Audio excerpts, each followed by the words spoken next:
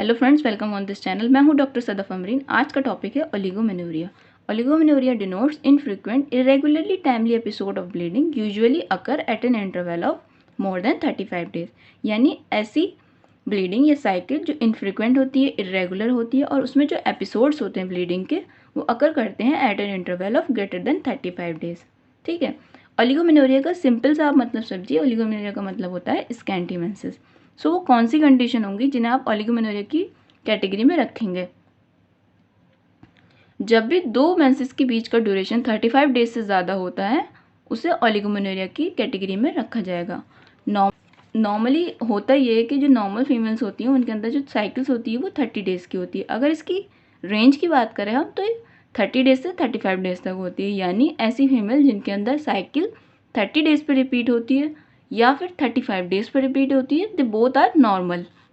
लेकिन अगर आपकी साइकिल 35 डेज से प्रोलॉन्ग है, यानी अगर आपकी साइकिल 35 डेज से ज़्यादा दिन पर रिपीट हो रही है तो आप ओलिगोमेनोरिया की कैटेगरी में आते हैं।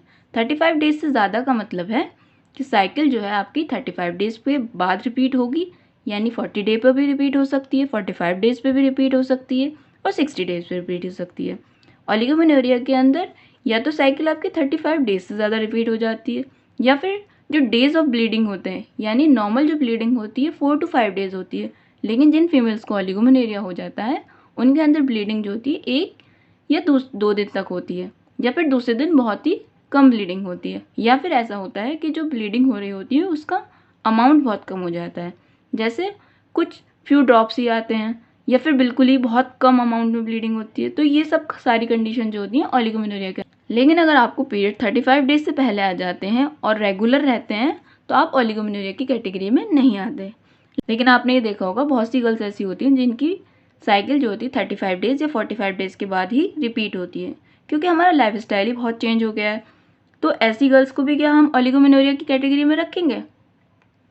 पहली बात ये, अगर आपकी साइकिल 35 डेज से ज़्यादा रिपीट हो रही है, 35 डेज के बाद रिपीट हो रही है, तो वो नॉर्मल नहीं है।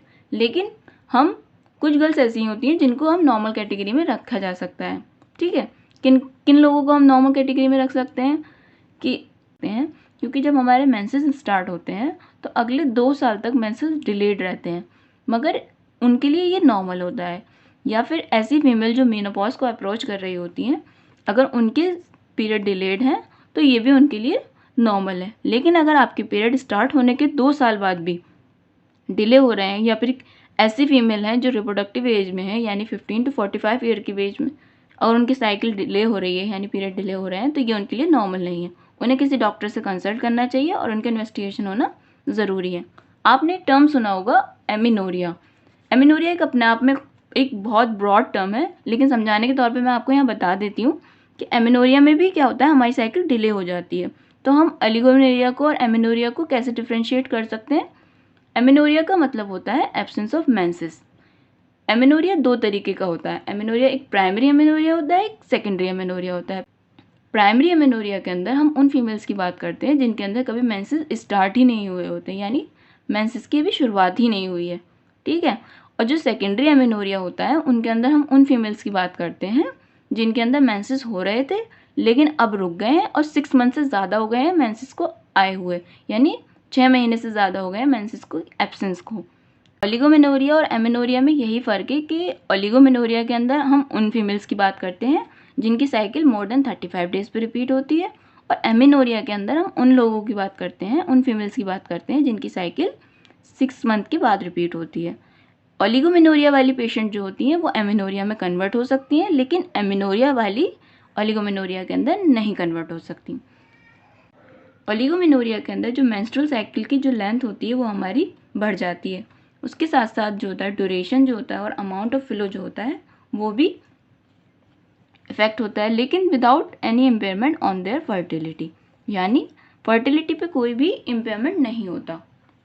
कॉजेज़, यानी ओलिगोमेनोरिया के क्या क्या कॉजेज़ होते हैं? नॉर्मली होता ये है कि हमारी मेंस्ट्रुअल साइकिल रेगुलेट होती है एचपीओ एक्सिस से। हाइपोथैलेमस से कुछ हार्मोन रिलीज होते हैं, वो एक्ट करते हैं पिट्यूटरी पे। पिट्यूटरी से जो हार्मोन निकलते हैं वो एक्ट करते हैं ओवरी पे। फिर ओवरी से कुछ हार्मोन निकलते हैं वो एक्ट करते हैं हमारे यूट्रस पे। यूट्रस पे एक्ट करने का मतलब है वो जाके वहाँ पर यूट्रस की लाइनिंग को बनाते हैं, यानी एंडोमेट्रियम को बनाते हैं। जब हमारी ये HPO एक्सिस डिस्टर्ब हो जाती है तो इसकी वजह से क्या होता है, लाइनिंग नहीं बनती। जब लाइनिंग नहीं बनेगी तो लाइनिंग टूटेगी भी नहीं। जब नहीं टूटेगी तो उसकी वजह से सबसे पहले कॉजेज़ के अंदर हम बात करते हैं हार्मोनल इम्बैलेंस की, क्योंकि मोस्ट कॉमनली ओलिगोमेनोरिया जो होता है हार्मोनल इम्बैलेंस की वजह से होता है। हार्मोनल इम्बैलेंस में हम बात करते हैं स्ट्रेस।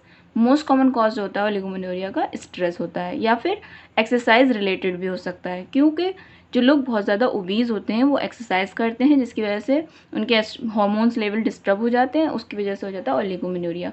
ओबीज़ लोगों के अंदर क्यों हो जाता है, क्योंकि एस्ट्रोजन एक ऐसा हार्मोन है जो हमारे बॉडी फैट्स में होता है प्रेजेंट। अगर जो लोग बहुत ज़्यादा ओबीज़ होते हैं तो यानी उनके अंदर एस्ट्रोजन का लेवल बढ़ा होता है, तो इस वजह से हार्मोनल हमारी साइकिल डिस्टर्ब हो जाएगी। या फिर जो लोग बहुत ज़्यादा लेन एंड थिन होंगे उनके अंदर भी एस्ट्रोजन का लेवल कम होगा, तब भी इस सूरत में भी हमारी ओलिगोमेनोरिया हो जाएगा। या फिर किसी को ओवेरियन डिसफंक्शन है, या फिर किसी को PCOD है, या फिर थायराइड डिसफंक्शन है, हाइपोथायरॉयडिज्म है, तो ये सारे हार्मोनल कॉज के अंदर आते हैं जिसकी वजह से ओलिगोमेनोरिया हो जाता है। उसके अलावा हो सकता है कि उसकी सेकेंडरी सेक्सुअल कैरेक्टर का डेवलपमेंट ही सही से ना हुआ हो, या फिर जेनेटल हाइपोप्लेजिया हो रहा हो, या इसके अलावा हो सकता है genital tuberculosis. Less common cause जो होते हैं ओलिगोमेनोरिया, एड्रीनल हाइपोप्लेजिया होता है, या कुछ दवाएं होती हैं जो ओलिगोमेनोरिया कॉज करती हैं। फॉर एग्जांपल फिनोथियाजीन है, सिमेटिडीन है, मिथाइल डोपा, ये सारी दवाएं जो हैं ओलिगोमेनोरिया कॉज करती हैं। इन्वेस्टिगेशन, क्या क्या हम इन्वेस्टिगेशन कराएंगे ओलिगोमेनोरिया के अंदर? सबसे पहले हम टेस्ट कराते हैं प्रेगनेंसी टेस्ट कराते हैं। हो सकता है कि अगर एब्सेंस है मेंसेस के, नहीं आ रहा है मेंसेस 35 डेज से ज़्यादा हुआ, तो मोस्ट कॉमन कॉज जो होता है हो सकता है कि may be she is pregnant. उसके अलावा हम कराएंगे USG कराएंगे, कोई भी अगर यूट्राइन पैथोलॉजी है तो उसका हमें पता चल जाएगा उसके। और उसके अलावा कराएंगे हम हार्मोनल ऐसे कराते हैं कि अगर LH, FSH, प्रोलैक्टिन, एंड्रोजन, इन सब में अगर कोई चेंज आया तो इसको हम हार्मोनल ऐसे से पता लगा सकते हैं। और इसके अलावा थायराइड फंक्शन टेस्ट कराते हैं। थायराइड फंक्शन के अंदर कराएंगे ये जानने के लिए कि पेशेंट को हाइपोथायरॉयडिज्म तो नहीं है। या जब इन सारे टेस्ट से हमारा काम नहीं बनता, हमें कॉज नहीं पता चलता ओलिगोमेनोरिया का, उसके अलावा हम कराते हैं फिर लेप्रोस्कोपी में क्या किया जाता है,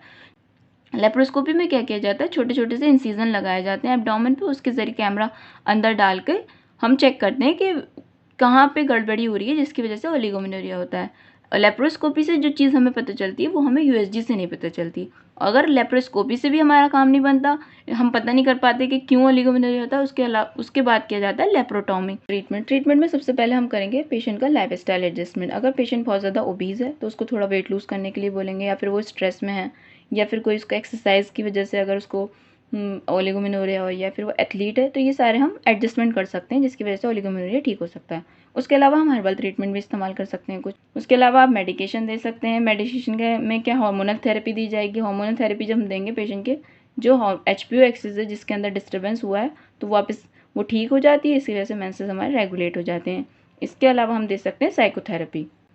सो गाइज, अब आपकी समझ आ गया होगा कि ओलिगोमेनोरिया और पॉलीमेनोरिया के अंदर क्या डिफरेंस है। ओलिगोमेनोरिया बोला जाता है जब हमारी साइकिल इनफ्रीक्वेंट होती है, इरेगुलर होती है, और जो एपिसोड ऑफ ब्लीडिंग होते हैं वो अकर करते हैं ग्रेटर देन 35 डेज पे। और पॉलीमेनोरिया बोला जाता है जब मेंसेस हमारे एक मंथ में कई बार आने लगते हैं, यानी जो साइकिल होती है हमारी रिपीट होने लगती है लेस देन 21 डेज पर। आज मैंने एक बहुत छोटा सा टॉपिक डिस्कस किया है क्योंकि एक बहुत ही इंपॉर्टेंट टॉपिक है। डे टू डे लाइफ में ये बहुत ज़्यादा देखने को मिलता है। ये टॉपिक एक बहुत आसान टॉपिक है, बहुत इजीली हम इसे पढ़ लेते हैं, समझ लेते हैं, लेकिन जब पेपर में सवाल आता है फिर हम कंफ्यूज हो जाते हैं कि कौन सा ओलिगोमेनोरिया है, कौन सा पॉलीमेनोरिया है। अगर आप इसको एक बार भी सही से समझ लेंगे तो आप कभी नहीं भूलेंगे इसको। So guys, this is all about today's video and I hope you like the video. If you like, please hit like button and share with your friend. If you have any query, just feel free to comment below in the comment section. Thank you.